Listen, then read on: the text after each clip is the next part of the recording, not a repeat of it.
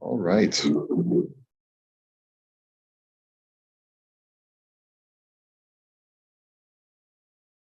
Um, so last week on we left off with the necessity for the judges to make sure that when they accept testimony, they're not going to be leading the witnesses. They have to know about the proper halachas of hearing testimony. Okay, so talked about a woman's testimony. We talked about how we have to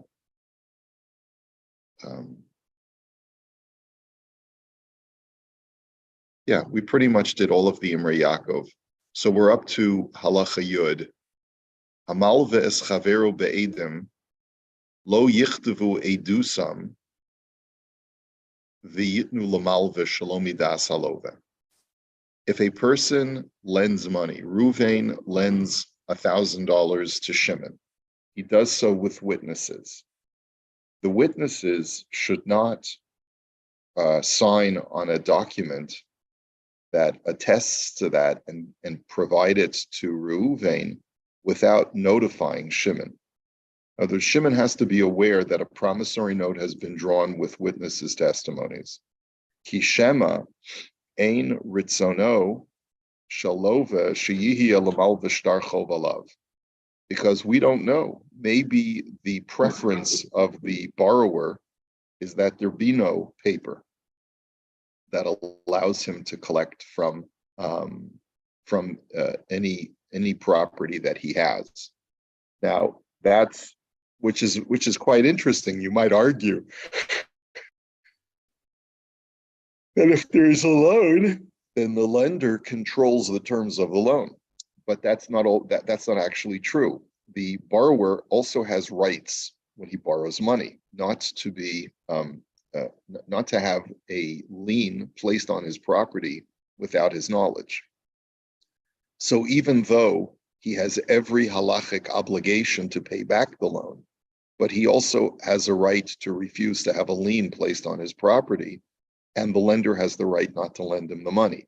But he needs to know the terms of the loan, and if a piece of paper is drawn up, then that piece of paper places a lien on his property, and he needs to be aware of that, and he needs to consent to that lien being placed on his property. Okay. Now, bamed dvarim amurim kishlo kanu miyado shalova. Aval im kanu miyado shalova bifnei hamalva b'kinyan sugar. He says, but that's only true if there was no formal transactional kinyan. A kinyan is an action that's done to solidify the transaction that is taking place.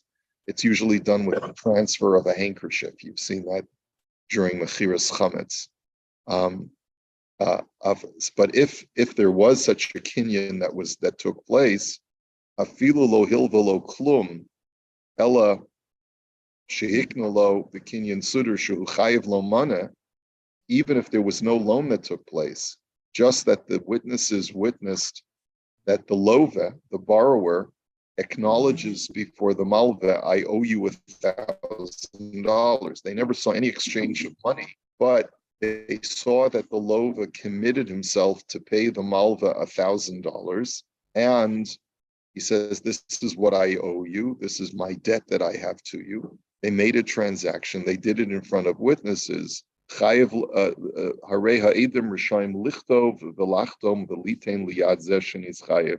He says, then the witnesses are permitted to write up a document and to sign it, attesting that Shimon owes Reuven $1,000.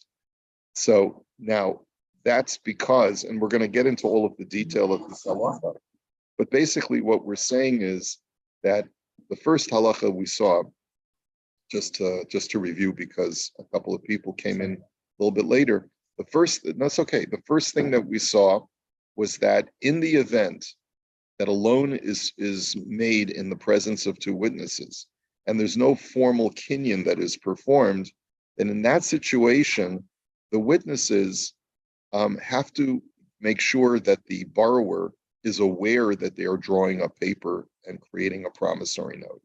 If they're not aware, then they're not allowed to sign on to a promissory note. And ostensibly, the reason is that even a borrower has the right to know that a lien is being placed on his property. Okay, so that's number one. But that's only if there was no formal kinyan. If a formal kinyan was made where the lova acknowledges in front of two witnesses, I owe Plony $1,000, and they make a kinyan on it, even if there was no exchange of cash, so then the witnesses take that, they can interpret that as an implicit consent to draw up paper to affirm this debt. Even though the debtor did not expressly tell them to write up the document. Because whenever a kinyan is made, whenever that kind of exchange of the handkerchief is done, that formal procedure, the assumption is that it's meant to be recorded in a document. The only exception would be is if at the time that they're making the kinyan, the borrower or the debtor instructs the two witnesses, I don't want there to be any paper. Okay, I don't want there to be any promissory note drawn up. In other words, it could be that he's indebted himself, let's say for who knows, for whatever reason. Let's say a guy comes over to him and says, you owe me a certain amount of money for damages caused. And as a way of, let's say, avoiding protracted litigation, he says, okay, I'll pay you $1,000. In other words, I'm not going to fight it. I'm not going to ask for the forensics or for an examination or to determine who's really at fault here. I'll just give you $1,000. Do we have a deal? Yes. Will you do it in front of, will you make a kinyan in front of witnesses? Yes. But I don't want a promissory note drawn up, because then you have a lien on my property. That much I'm not willing to do. So in other words, you could conceivably imagine a situation where it could be that a guy can indebt himself, but not to the extent that he wants a lien being on his property and paper being drawn up, because then it gives too much power in his mind to the creditor.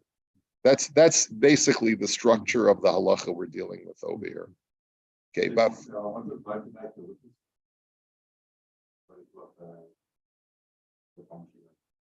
well, maybe the lender says, do me a favor, guys.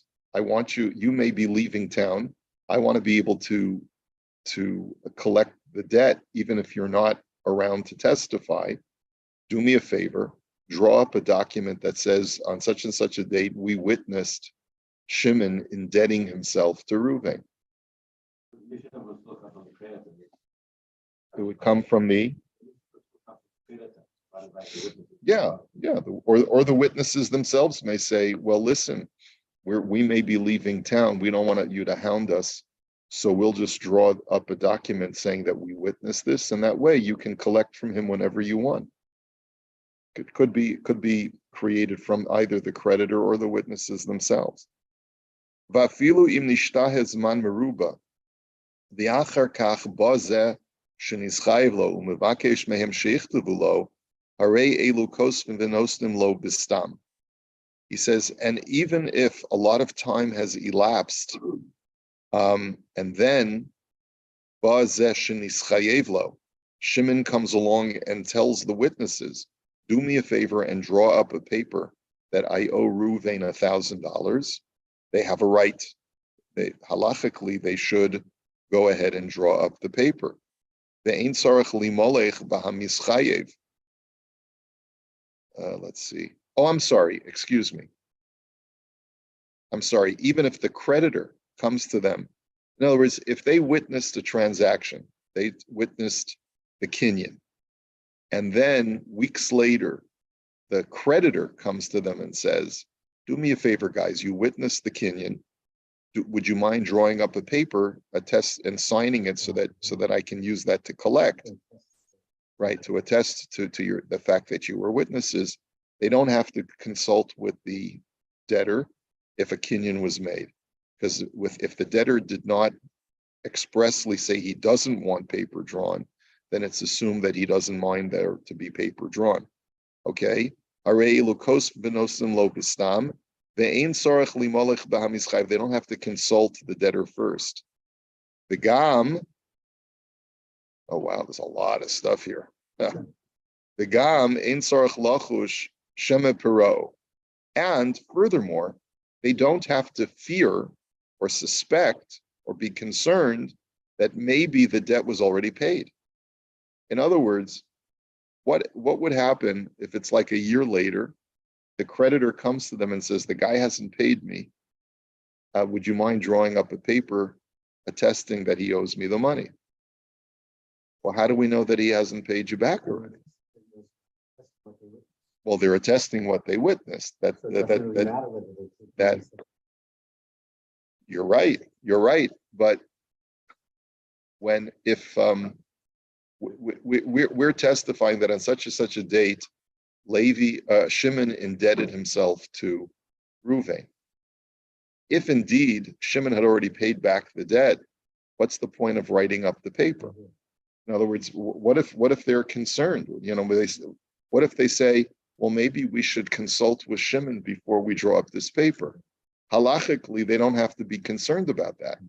Va'afilu imeis hamalve uchvar avar zman hapiron b'chayav kosvin acharmoso ve'ein choshen lepiron. And furthermore, even if years have elapsed and the creditor is already deceased, the witnesses can still draw up that paper in order to help the heirs of the creditor collect his loan. Shekivan shestam kinyan liksiva omed hareze ki'ilu tofus shtar biyado misha'asa kinyan. He says the reason is because since a kinyan was made, it was a formal transactional kinyan, that handkerchief exchange that was made. The creditor gave a handkerchief to the lofa lifted it up and said in front of two witnesses, with the taking of this handkerchief, I indebt myself to the malva for $1,000. He says that is as if there was a promissory note activated at that time, right? And since it's as if the malva is holding that imaginary promissory note, it's as if it existed from the time of that kinyan. Umisha tafu shtar, v'halo rotza lifroa, sorech lahotzi hashtar miyado. And any time a person is holding a promissory note and the other person, the debtor, wishes to pay back the debt, he cannot pay back the debt without collecting the promissory note. Okay? Vimlo hotzio miyado hu hifsid la'atzmo. And if he doesn't say, give me back the note, then he's causing himself a loss. In other words, because what right do you have to pay back a debt without taking back the promissory note? The promissory note has the value of cash. Even if it was written after the fact, when the kinyan was made, that's when it was generated, so to speak.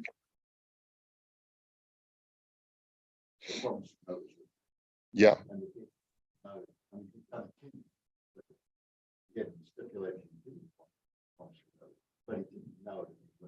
Correct. So you would have to, as a debtor, you would have to ask, you have to ask retroactively when you pay it back.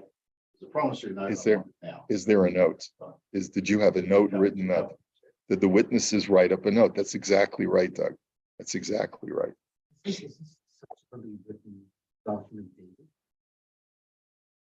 a good question. I don't know. I don't know if they have to date it on the date that they're signing it, or whether all they have to do is that write on the date that the transaction took place.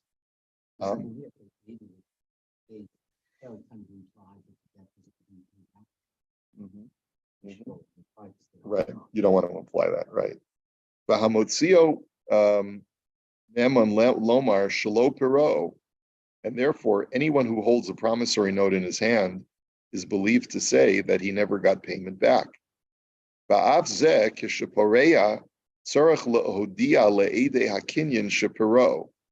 And even this guy who's paying back the debt needs to notify the witnesses that he's paid them, that he's paid back the debt. V'im lo hodiem hu hifsid la'atzma. And if he doesn't notify them, he also is causing himself to lose out. In other words, let's say the debtor comes along and he tells the creditor, I want to pay you back. There's no one else in the room. He says to him, is there a note? He says, no, there's no note. Well, then how do the witnesses know that I've paid it back? They witnessed that I borrowed the money. Let's get them in the room and make sure they see that I've paid you back. Because if not, there's an assumption that if it hasn't been paid. That's right. And therefore, a creditor who asks his witnesses, will you draw up a document saying that the guy owes me the money? They can, and he tells them he hasn't paid me back yet. You believe the creditor. You don't believe the debtor if he comes running and says, but I paid you back. Where's your evidence that you paid back? Where are the witnesses? Where's the document? Where's the invoice? Where's the receipt? Okay. And this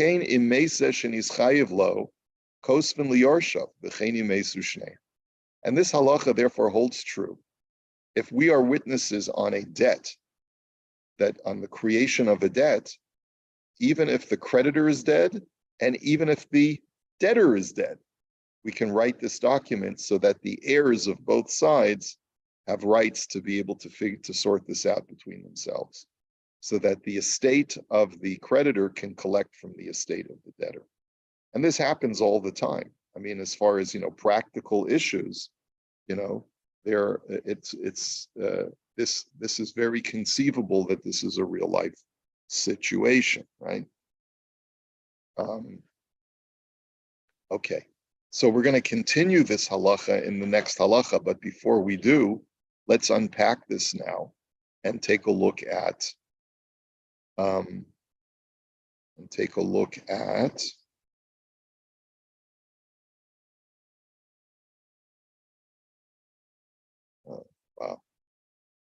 went through a lot of pages. Okay, so let's go back. So you lend your friend money. If you make a loan without a kinyan, then the witnesses should not draw up a document unless they first get consent from the lova, from the debtor. Okay, so let's take a look at the Imrei Yaakov. Kaimalan, amalvis chaveru be'edim o shahoda b'fnei edim shu chayev lo nikrom milva al peh. Okay, so let's just get our sort of the basic understanding, the basic rubric of the halachos of loans or of the generation of debts. Okay, Ruvain lends Shimon money in the presence of witnesses, or Shimon acknowledges verbally in front of witnesses and in front of Ruvain, I owe you, Ruvain, $1,000. Okay, that's called a verbal debt. Milva al peh, right? The words al peh mean that it was done through a verbal indebtedness. Ve'eno gova meha mishubadim. What's the disadvantage of a verbal debt versus a written debt? The disadvantage of a verbal debt is that there's no lien generated on the debtor's property. There's no lien on the debtor's property. So that if I lend you money and you haven't paid me back, then I have the right to take you to court. But if you're not liquid, I can't collect from any of your property. I can't collect from any of your real estate. I can only collect from your liquid assets. I cannot collect from your real estate. Even the court is limited because there was no lien created on a person's property. Aval hamalves chaveru bishtar gova min hamishubadim. But if you lend someone money with a piece of paper, with a promissory note, so then the holder of the note can collect, has a lien on the guy's property, and can collect from his property. Mishubadim nikroim nechasim shemachar halova onasan b'matana la'acherim achar shalava me'amalva. And this, by the way, what does it mean to have a lien on the property? It means that even if the debtor disposed of his property by selling it to others, let's say he had a house, and he borrowed from so many people that the bank foreclosed on his property. Not the bank, but let's say someone else foreclosed on his property, a private individual. But I lent them the money before that other guy.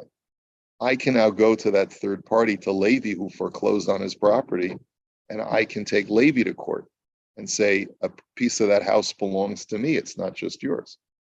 Okay, so that's what it means to have a lien on someone's property. Even after the debtor has disposed of the property, I can go after the seizer of that property and take a portion of it from him.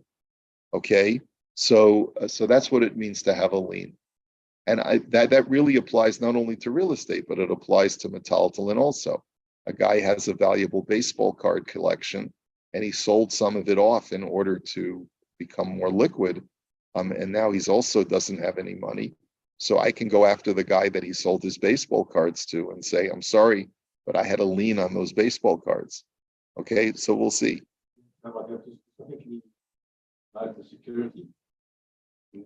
That's a very good question. If it's chattel, then I believe you do have to itemize the chattel as the security. If it's real estate, then you don't have to itemize the real estate. Yeah.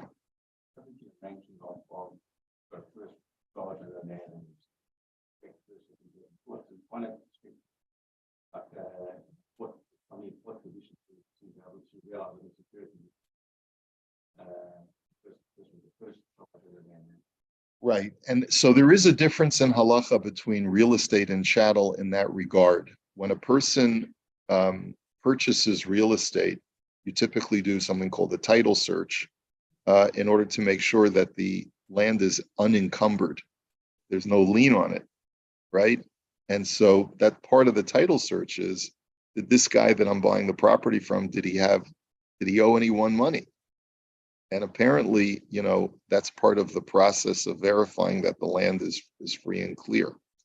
And I don't know what the process is, because it's been a while since I've studied this, but apparently, before when you do a title search, there has to be some kind of public announcement or something like that, where if you want to buy something that you fear may have a lien on it, what are you supposed to do? You make a public announcement, or what's supposed to happen?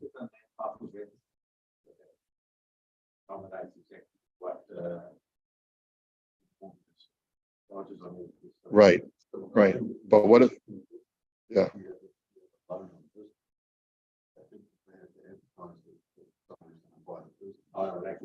That's on the other side. Right. That all begs the question about this after the fact. Right. Piece of paper that's created. That's right. It makes it more difficult to do a title search properly if the note can be drafted afterwards. Okay. All right. So therefore, mishubadim nikroim, that what does it mean to have encumbered property? It means that if the debtor sold the property after the debt was generated, the creditor can collect from the third party.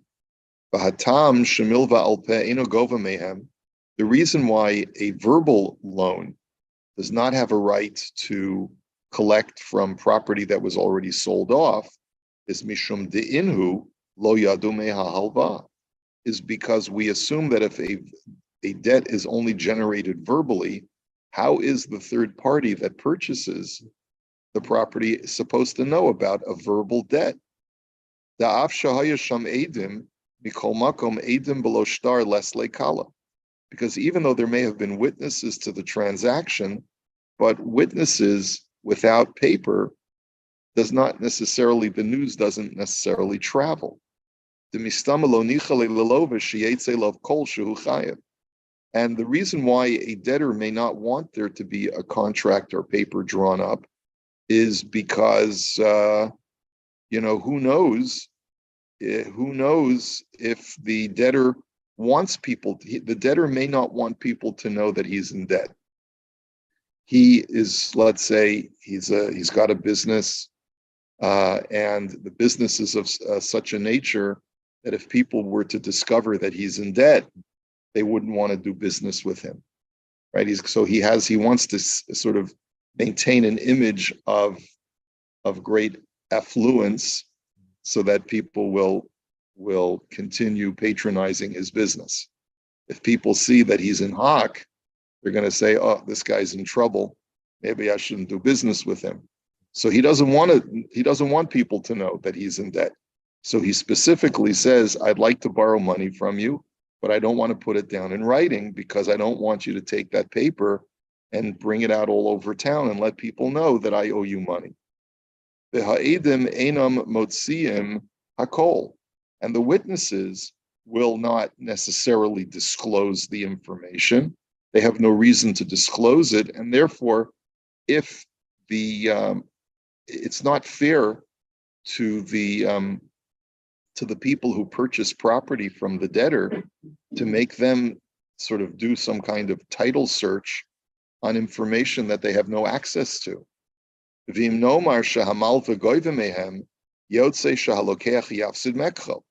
so therefore, if we were to allow a creditor to collect from property that was sold after a verbal debt, it's not fair to the purchaser, and they're going to end up losing money. He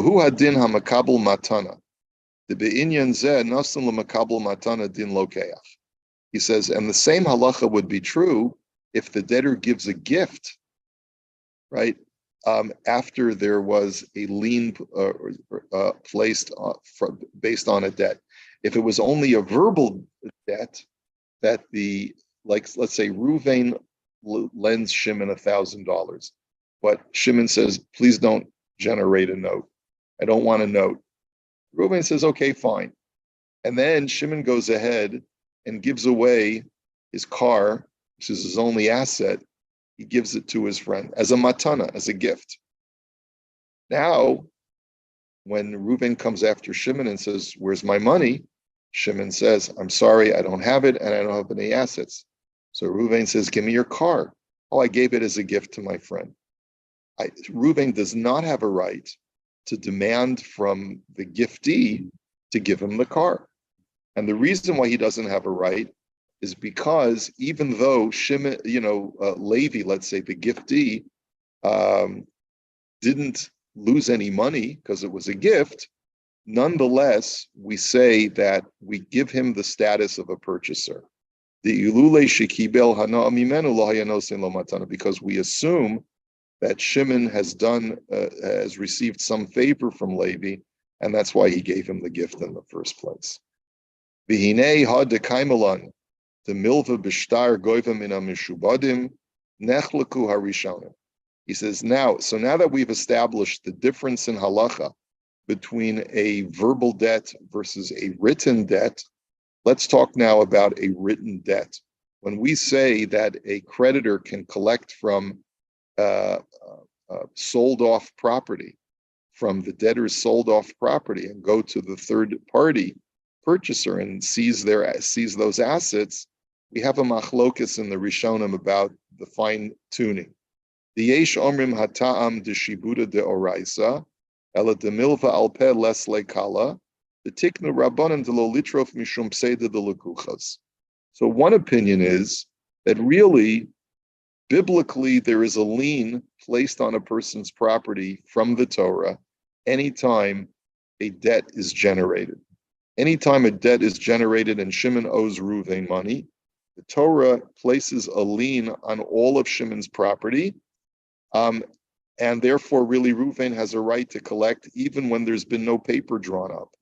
But the rabbis had compassion upon purchasers, and they said, if someone purchases items or property from Shimon, we will disallow Reuven from using that lien that the Torah entitled him to. In other words, the Chachamim uproot the lien is essentially the way that one group of rabbis understand the mechanism of what's happening. That's so right. It's basically so that people don't get swindled, to prevent, to sort of to protect the consumer, essentially is the reason. Obligation. That's without a kinyan. This is all without a kinyan, Right. correct? You said with a kinyan, that's Right. as if it's- Correct, 100%. The Yesham, so the other opinion is the Shibuda Lavda Oraisa. The other opinion is no, that there is no automatic lien that the Torah awards to a creditor when debt is generated. And we'll